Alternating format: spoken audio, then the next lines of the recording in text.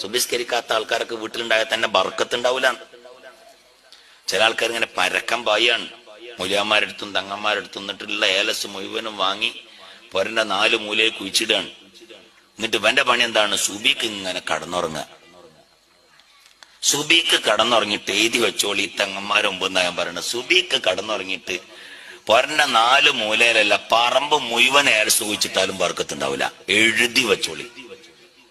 ഞാൻ ഏലസിനെ എതിർക്കല്ല, ഏലസൊക്കെ നല്ലതൊക്കെ തന്നെയാണ്, ഏലസിനെ ഞാൻ എതിർത്ത് പറയല്ല. പക്ഷെ അത് സുബഹി നിസ്കരിക്കാത്ത വീട്ടിൽ കുഴിച്ചിട്ടുകൊണ്ട് ഒരു ഫലവും ഇല്ല. നിങ്ങൾ വിചാരിക്കേ വേണ്ട. സുബഹി നിസ്കരിച്ചാൽ തന്നെ അവൻ അള്ളാഹുവിന്റെ ദിമ്മത്തിലാണ്. അവൻ അവൻ അള്ളാഹുവിന്റെ ദിമ്മത്തിലാണ്, അള്ളാഹുവിന്റെ നോട്ടത്തിലാണവൻ. മനസ്സിലായിട്ടില്ലേ? അള്ളാഹുവിന്റെ ദിമ്മത്തിലാണ്.